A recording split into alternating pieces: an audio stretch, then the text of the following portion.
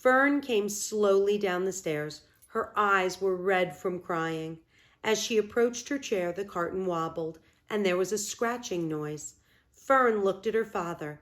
Then she lifted the lid of the carton. There, inside, looking up at her, was the newborn pig. It was a white one. The morning light shone through its ears, turning them pink. "He's yours," said Mr. Arable, "saved from an untimely death, and may the good Lord forgive me for this foolishness." Fern couldn't take her eyes off the tiny pig. "Oh," she whispered, "oh, look at him. He's absolutely perfect." She closed the carton carefully. First she kissed her father, then she kissed her mother. Then she opened the lid again, lifted the pig out, and held it against her cheek. At this moment, her brother Avery came into the room. Avery was 10. He was heavily armed, an air rifle in one hand, a wooden dagger in the other. "What's that?" he demanded. "What's Fern got?" "She's got a guest for breakfast," said Mrs. Arable. "Wash your hands and face, Avery." Here's a picture of Avery.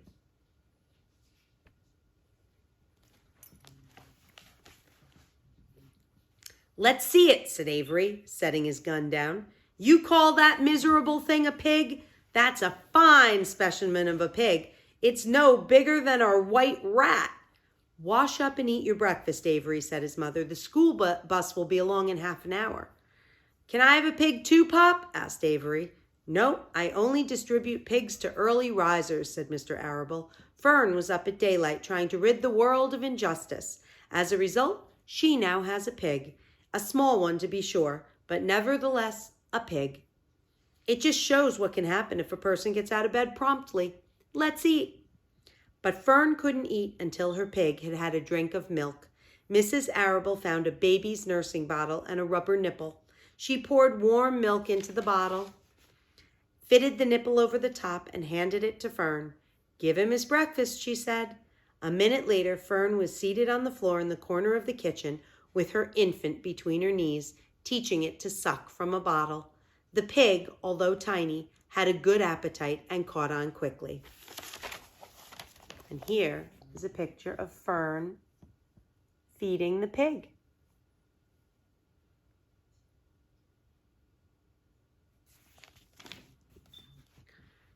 The school bus honked from the road.